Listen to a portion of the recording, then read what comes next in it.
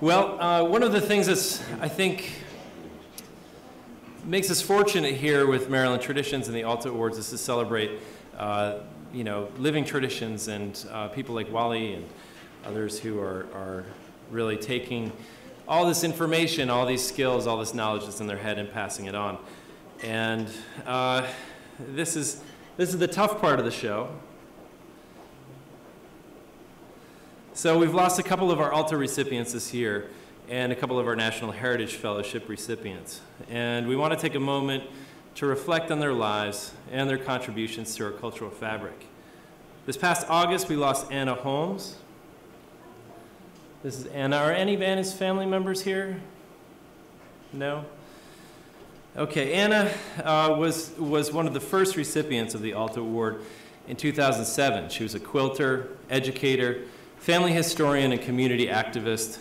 Born in Washington, D.C. in 1926, she spent most of her life in the community of North Brentwood in Prince George's County.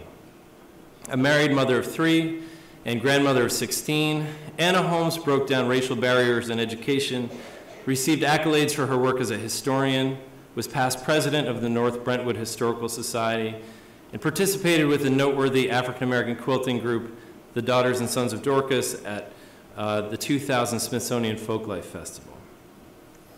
Here's one of her quilts. This is Anna Holmes. In June, we lost Dottie Eiler. Dottie was born in Patapsco, Maryland in 1931. Dottie was a country music pioneer, breaking down gender barriers at honky-tonks, bars, and other music venues in the 1950s and 60s. In 1961, with her husband Leroy, she founded the Carroll County Ramblers Bluegrass Band. And for those of you who were with us last year, the Ramblers received the ALTA Award in the category of People for their remarkable history of mentorship. A talented songwriter, visual artist, and dedicated mother, her personal songs of family life in Frederick and Carroll counties graced the inside of the Ramblers records, just as her paintings graced the album covers and her children graced the stage. Dottie's 2 children, Dale and Bonnie, still lead the Ramblers today, and here they are at last year's ceremony. And there's Dottie with her daughter, Bonnie.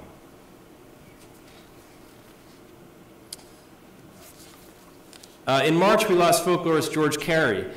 George was the first Maryland State folklorist hired by the Maryland State Arts Council in 1974 to launch the Maryland Folklife Program, a pilot program of the National Endowment for the Arts.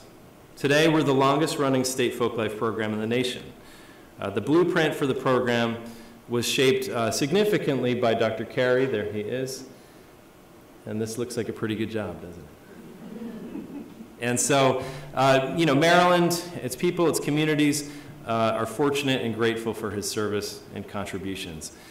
And as you can see, through this 40-year relationship, we've had a great and good fortune of collaborating with and receiving longstanding support from our partners at the National Endowment for the Arts. So I'd like to welcome to the stage Barry Burgee, Director of Folk and Traditional Arts at the NEA, to reflect on the lives of those National Heritage Fellows that we've lost recently. Ladies and gentlemen, Barry Burgee.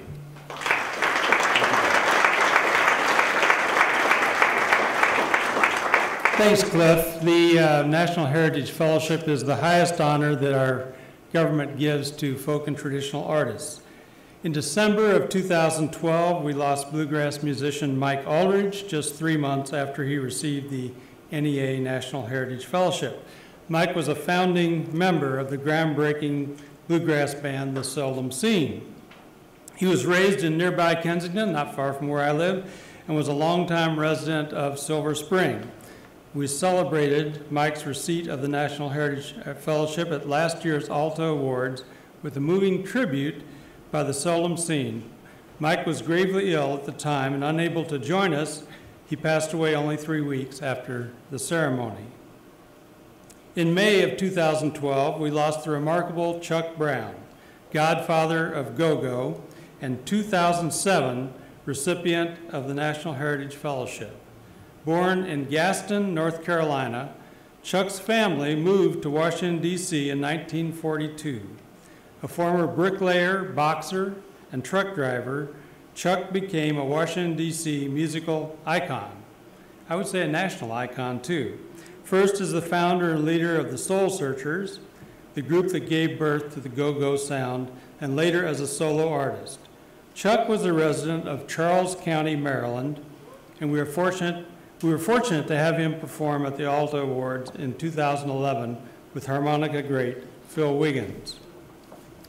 As Cliff mentioned, there's been a long-time relationship between the National Endowment for the Arts and the Maryland State Arts Council, and one of the first people to receive a National Heritage Fellowship was Lem Ward.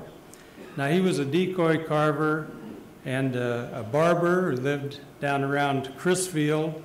I guess a barber and a decoy carver have somewhat a similar task, just to trim away everything you don't need, and you've got something pretty good left, I guess.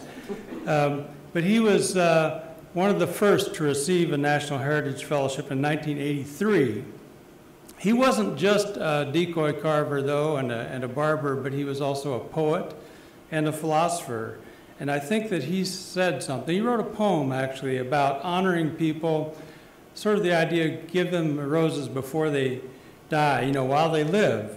And this is what he said. If with pleasure you are viewing any work a man is doing, if you like him or you love him, tell him now. Don't withhold your approbation with the parson's fine oration when he lies with snowy lilies on his brow. If you think some praise is due him, now's the time to slip it to him, for he cannot read his tombstone when he's dead. So he was both a philosopher, I think, but also had a pretty wry sense of humor. But I think that's, in some sense, what these awards are about, recognizing those treasures that we have among us. The Maryland State Arts Council has been a great partner with the National Endowment for the Arts. I'm happy to say that I live in Maryland and that I live in a state where there's a folk arts friendly state arts council. And as, yes, I think that's important. And as Cliff mentioned, the 40-year history of Maryland traditions is the longest standing folk arts program in the United States. So I'm very proud that I'm a resident of Maryland. I'm also very proud to be a constituent of the Maryland State Arts Council. So I'd like to bring to the stage now Teresa Colvin, the Executive Director of the Maryland State Arts Council.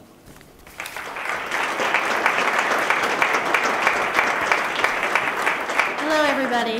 Thank you, Barry. I'm delighted to be here tonight. I bring you greetings from Governor Martin O'Malley and the Secretary of our Department of Business and Economic Development, which is the state agency under which the Arts Council exists. I'd be remiss if I didn't mention that the state of Maryland has been a leader in public funding for the arts for a very long time. But I do have to say that this past week, with the announcement of Governor O'Malley's final budget during his tenure, he has included yet again an increase for the Maryland State Arts Council of over $1 million. So it certainly shows commitment, and it makes possible programs like tonight. So thank your elected officials for all of their enlightened leadership. So to the next part of the ceremony.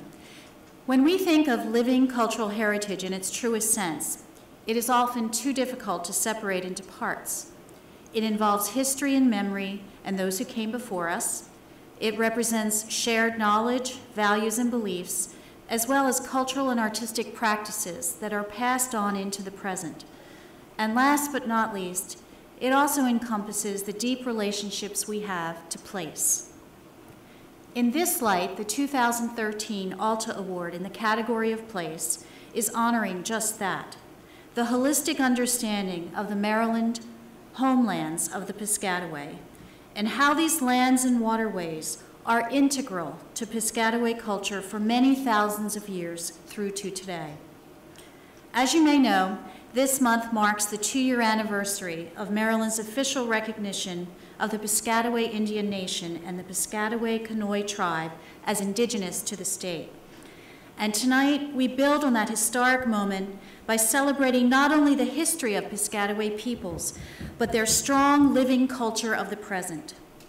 The lands and waterways of Piscataway Homelands extend beyond Maryland in all directions, but this award focuses on the areas of Prince George's, St. Mary's, and Charles County that the Piscataway consider their core. Recent and ongoing archaeological investigations at a number of properties in these areas have revealed centuries-old marks of the Piscataway's pre-contact existence on Maryland's shore. Indian road traces that today are part of the state's highway system, marshes teeming with the valued Tuckahoe plant, the faint outlines of the remains of housepost, and the fragments of ceramics handmade by Piscataway women are the visual and tangible reminders of this rich history. And today, it is also in these 3 counties where the majority of the Piscataway live, have their tribal offices, churches, burial grounds, and gather for tribal and family ceremonies, commemorations, business activities, as well as where they engage and educate the public through festivals, environmental and cultural education programs. Opening the Piscataway Homelands portion of the ceremony is the group Chesapeake Way. Chesapeake Way, which means Chesapeake Woman, is a Native women's spiritual and social society that includes Indigenous women who live in the DC metro area. So without further ado, please help me welcome them to the stage.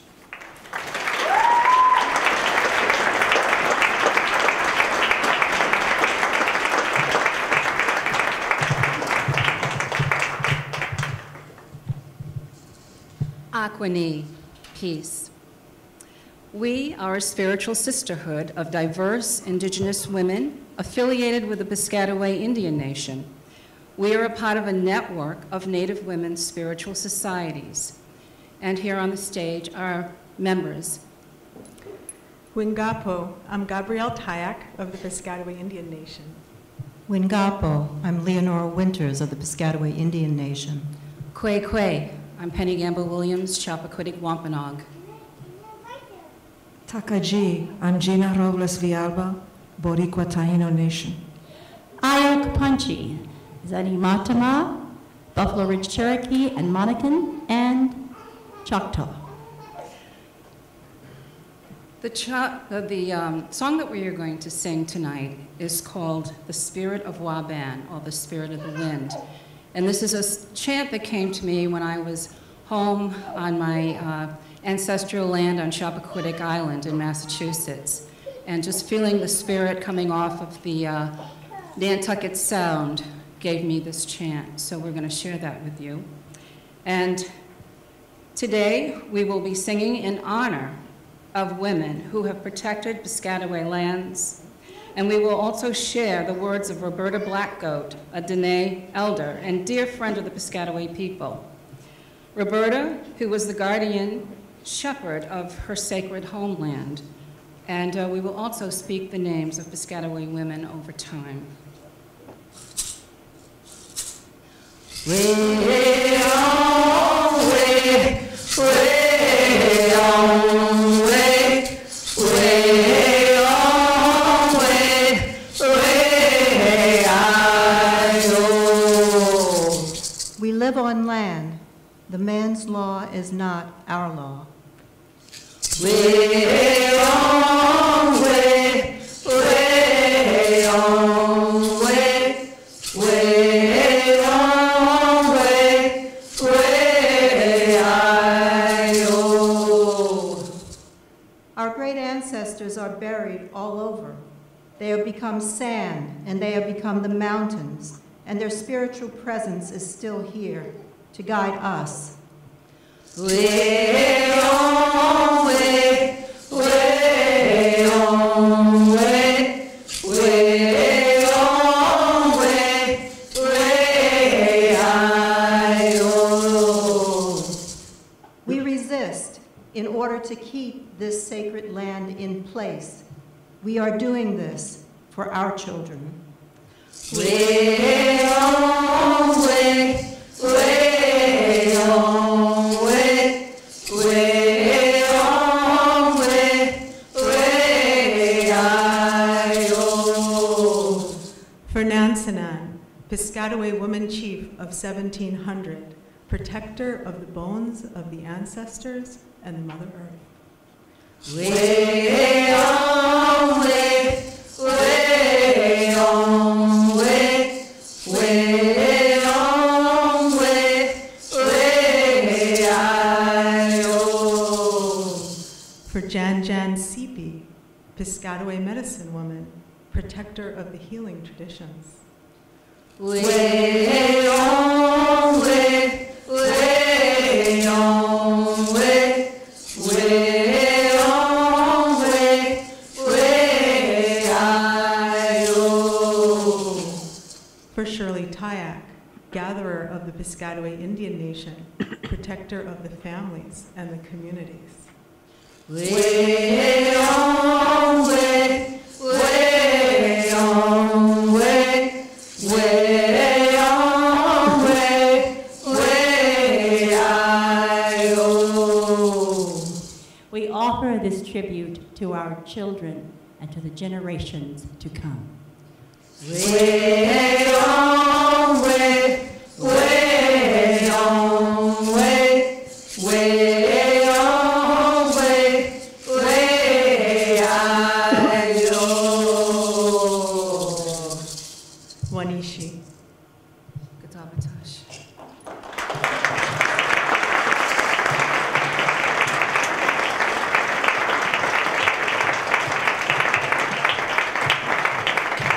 So thank you to Chesapeake Way.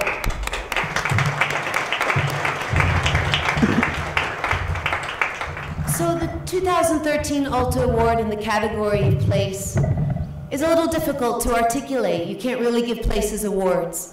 However, as Teresa mentioned earlier, we're really honoring the relationships that people have to places and how places are integral to the development, the practice, the transmission of living cultural traditions, beliefs, and expressions. And so this year's honoree is Piscataway Homelands, People, Culture, and Traditions. Again, a very holistic understanding of living heritage and culture. And so we're going to have a little conversation to further understand what exactly is meant by Piscataway Homelands and what the ALTA Award is honoring. So please welcome to the stage Natalie Proctor, Mervyn Savoy, Gabrielle Tyak, welcome her back to the stage. She's a member of Chesapeake Way. And Rico Newman.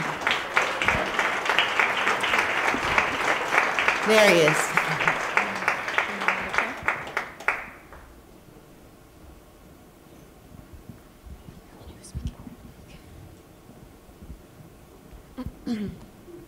So, will you take the second one? Who am I lucky to be on the stage with tonight? Please, tell me a little bit about each of you. Well, my name is Rico Newman. I'm a member of Piscataway, Illinois. Nothing else to say? Well, you want to be here all day? We got a little time. Okay. I'm Gabrielle Tyak, the Piscataway Indian Nation. I am the daughter of Barbara and Joseph, and also the mother of Sebastian and Jansikwe, who's named for Jan Jan Sipi. I'm a historian at the National Museum of the American Indian. I'm Mervyn Savoy, tribal chairwoman for Piscataway Canoe Tribe. My name is Natalie, standing on the Rock Proctor. I am Wild Turkey Clan Cedarville Band of Piscataway Indians. I serve as the executive director for the Cedarville Band of Piscataway Indians Incorporated, which has the Piscataway Indian Museum and Cultural Center. I also serve as the tribal chairwoman for the Cedarville Band. Thank you. Thank you for all being here tonight.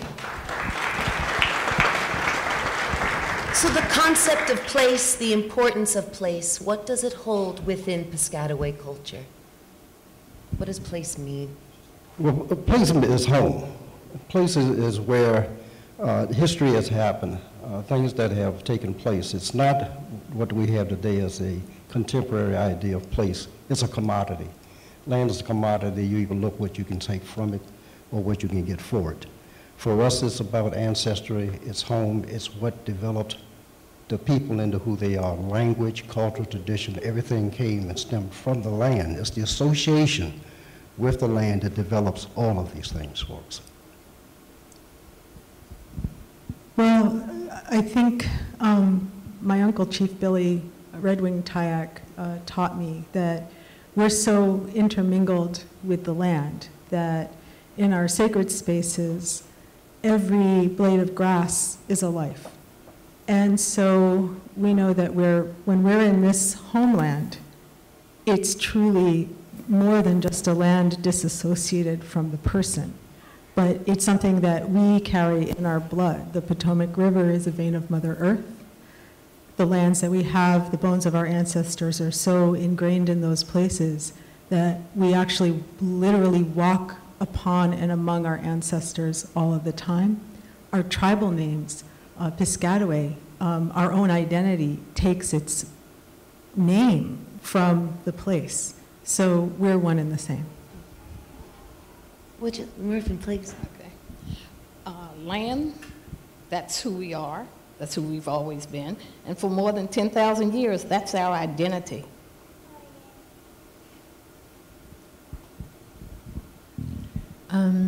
Our tribal center is about 2 miles away from our ancestral winter hunting grounds, which today is known as Cedarville State Park.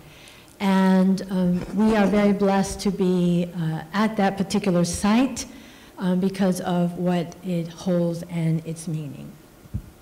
Thank you. So, Gabrielle, could you give an example of a living cultural tradition, belief, expression of the Piscataway Indian Nation that really exemplifies or represents these relationships people have to place and culture? Yeah, well, we're very blessed that my grandfather, Turkey Tyack, was somebody who persisted in the medicine ways and in the spiritual traditional practices at the ancestral burial grounds that are known as Moyon, which is in Accokeek, Maryland. And we practice, just as examples, we practice 4 traditional ceremonies a year. We have Feast of the Dead in November, where we honor the ancestors. We have actually midwinter, and that's getting close to the time that we're in now, where we gather in that space, and it's a time of rest and purification. So, you know, the song, for example, that we sang that's from our cousins further up in the north at Wampanoag, but that it's a time of those cleansing winds, it's a time of rest.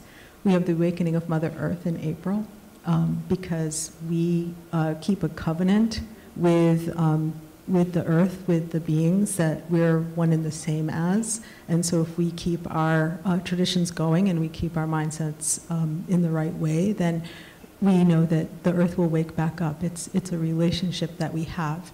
And then the green corn in August, and sometimes early September, and that's probably was traditionally and ancestrally the most important time, the harvest, the green corn.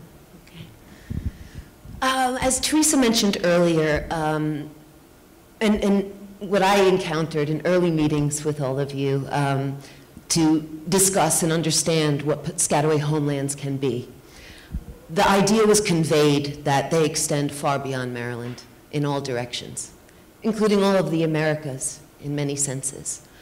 Nonetheless, the core of Piscataway Homelands can be considered what we know today as Southern Maryland. And this is because of particular places, sites, archaeological, historical, and contemporary, that are important to the Piscataway. And some of the slides earlier in the slideshow are portraits taken of each of you in places that are important on a personal level and also more generally to the Piscataway. So Natalie, speaking of a contemporary, relatively speaking, contemporary place, near Waldorf is your Piscataway Indian Piscataway Indian Museum and Cultural Center. Could you talk a little bit about that, what visitors would see? Sure. The Piscataway Indian Museum was actually opened in 1995, and it is geared to teach children about Maryland's indigenous history, starting in grade 4, actually through college. And what's very interesting is when we opened the museum, we didn't realize until we started having visitors that many of our children today are very, very, very removed from our natural resources. And it was difficult for them to understand a lot of things that we were talking about in regards to our connection to the earth, the connection to the animal kingdom and the aquatic kingdom and all the other kingdoms that we move and live and have our being with. And so we began to incorporate an agricultural program as well. And so throughout the year, we have several programs. In the spring, we start with agriculture with our Three Sisters Garden. And then in June, we have our annual festival in Poway. I think this year is going to be our 32nd year for this festival. And in the summer, we continue with our gardening skills. In the fall, we have our Salmon Fest. And in November, we have an open house and a art show to celebrate American Indian Heritage Month. Mervyn, you took me to one of the most beautiful places I've ever been in my life, St. Ignatius Church at Chapel Point, just up the big hill from Port Tobacco. Why'd you invite me there? That was always like our home. Right behind us. That's it. It is the oldest continuously used Catholic church in the United States, and we had to fight California for that designation. And I had to remind them, excuse me, you were part of Mexico up until a few years ago. So therefore, Chapel Point is the oldest continuously used Catholic church. And it is on our tribal homelands. The Piscataway and its sub-tribes gave the land to the Catholic Church, 5,500 acres of land, to be held in perpetuity.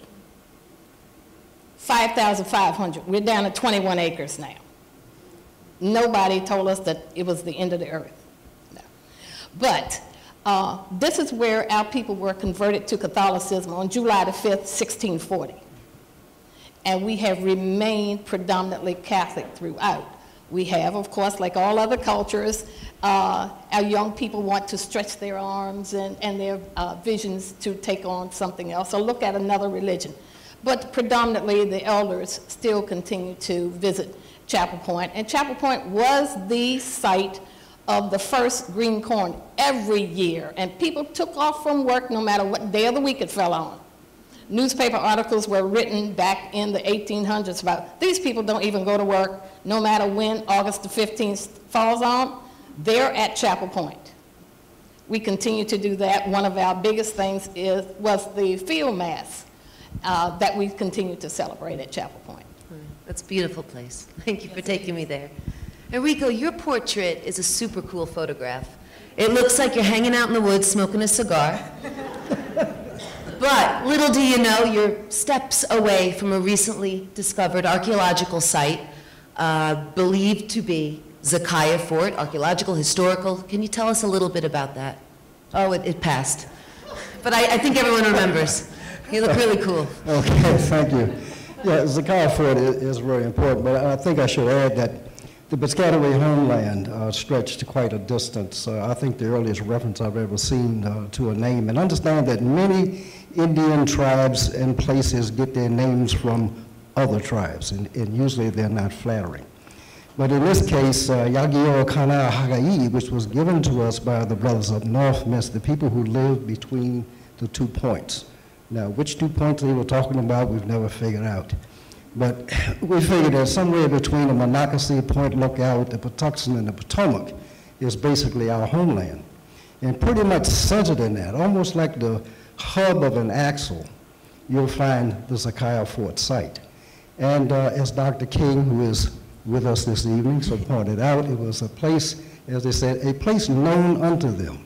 The books will tell us this is where Calvert wanted to send all of the Piscataway, and I use that term pejoratively because it didn't matter which town you lived in, whether it was Nanjiboy, Nansemec, Patuxent, or wherever you were. Everybody had to go here for protection from the tribes that were raiding from the north, basically the Seneca and Susquehannock.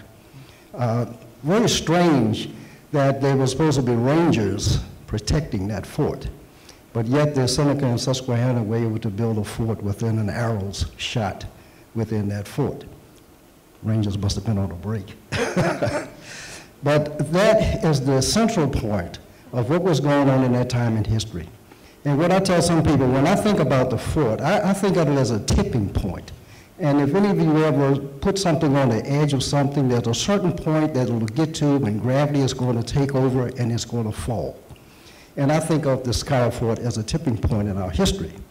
If it had a back door looking back to the past, then it would lead me back to 1634, March of 1634, which is an anniversary date coming up very soon for the state of Maryland. But when they arrived here, they were a people that had a well-established way of life. It was successful, it was productive, it was efficient. It was marked anyhow by a way of equitable distribution of everything they had to make life comfortable for everyone. There you are. Oh, okay. It was a good cigar, too. We're almost done. Okay. All right, but that's looking back. But within a very short period of time, we're talking 50 years between 1634 and when the fort became a necessity, not a reality. And during that period, you had a short period of accommodation. Then you had suddenly an accretion of land being taken. Then when you look through the front door going forward, in very short order, the Tayak said, I gotta leave. This is homeland. And he was leaving his homeland for the same reason that Europeans had left theirs to come here, for safety, to get away from oppression. But he said, I can't explain it anymore, I can't justify it, I have to leave. And he goes across river. Many did not go. And what wound up happening to them is a complete alienation away from their homeland. And in short order, as we moved into the 19th century and into the 20th century, you have marginalization that wound up having complete social isolation of Native people to where we were basically written out of history. Everybody believed that we did the old trick of drinking the Kool-Aid and catching the meter and going with someplace else. But fortunately, there's enough documentation that hung around that we were able to glean from records that would prove that we are the successors to the interests of the people known as Piscataway. Well, thank you. That's a beautiful note to end on. And I'd like to invite you to the podium, return the favor, and invite you to the podium for the Governor's proclamations and to celebrate this 2013 ALTA Award in the category of place, Piscataway Homelands, People, Culture, and Traditions. Thank you.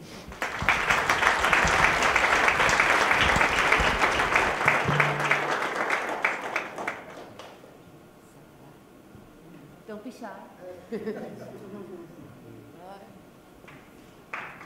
Yes, it's okay to clap.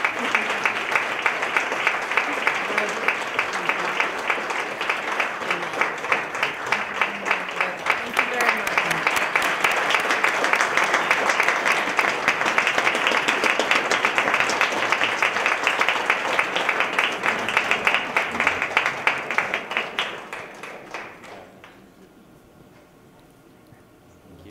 And many of you will be fortunate enough when you join us for our Maryland Traditions Folklife Festival on June 14th in Baltimore. You should be writing that down. To be able to see Rico Newman, who this year is doing an apprenticeship through the Maryland Traditions Apprenticeship Program in finger weaving. And you saw some examples of some of that traditional art in the photographs that you saw. So you can, if you didn't get your fill of Rico Newman this evening, which I doubt anyone could have, you'll be joining us at the Maryland Traditions Folklife Festival, June 14th. Baltimore, Maryland at the Creative Alliance. So, is everybody having a great time? Okay, good. I'm glad because we're not done yet. We have in store for you a final performance by the Piscataway Canoe Dance and Drum Troupe. And so, as we get the stage set, I hope that you will be welcome them here. We have a reception afterwards.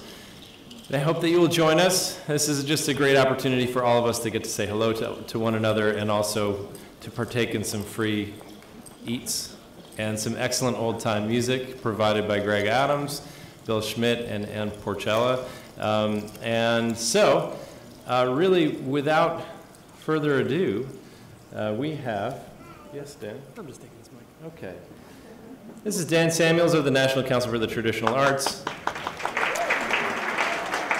And actually, since I think I have a second here, Mike Patillo, would you come out on stage for a minute, please? I know you're not this kind of guy. But this is Mike Patillo. He is sort of, I guess, like Oz. He's the man behind the curtain who has been making much of this happen. And Mike is with the NCTA and is moving on after this event. This is his swan song with the NCTA. So please give it up for Mike Patillo. And I should say the same is true for Cindy Bird, so that when you see her in the lobby from the Ward Museum, she'll be moving on from the Ward Museum. So we've been really fortunate to be able to work with you too, Cindy. Thank you for, I think, 7 years of great work. And I'm sure that you'll be doing, I don't know, decades more of great work elsewhere. So, all right. So please give a warm welcome to the Piscataway Canoe Dance and Drum Troupe.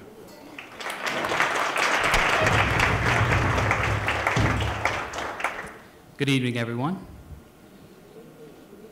We would first like to perform an honor song in recognition of all of those who received an award today. I would ask that anyone who receives an award please stand so that we may honor you with song.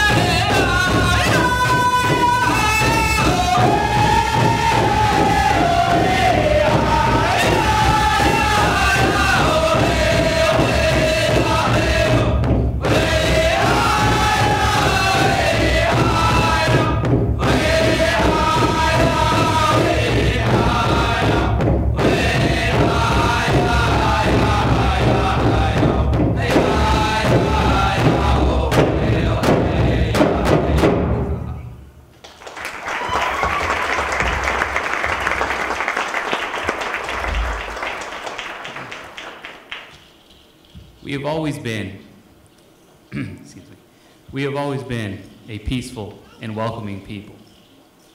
In 1608, when John Smith first landed in our village, we welcomed him with song and dance. Please allow us to do the same for you as we bless this land.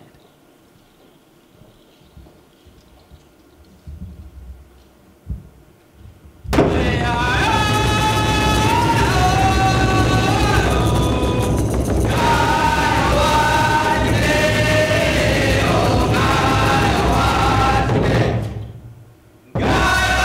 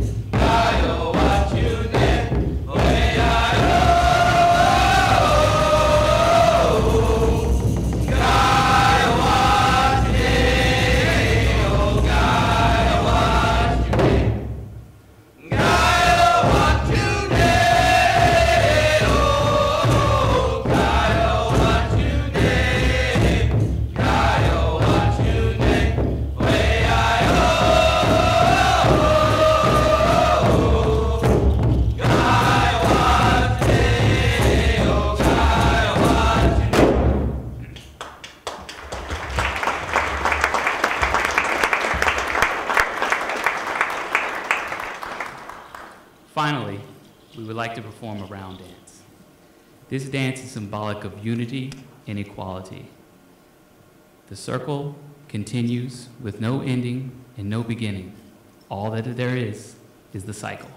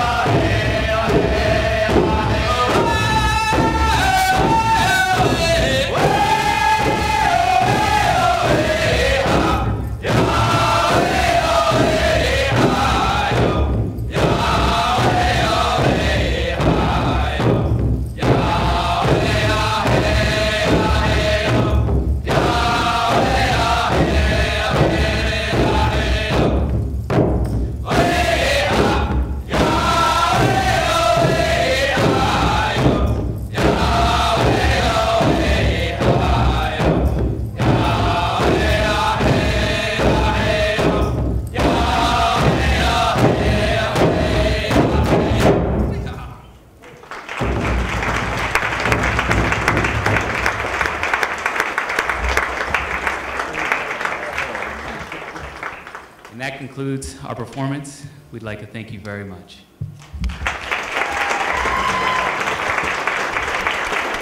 Please give one more round of applause for the Piscataway Canoe Dance and Drum Troupe.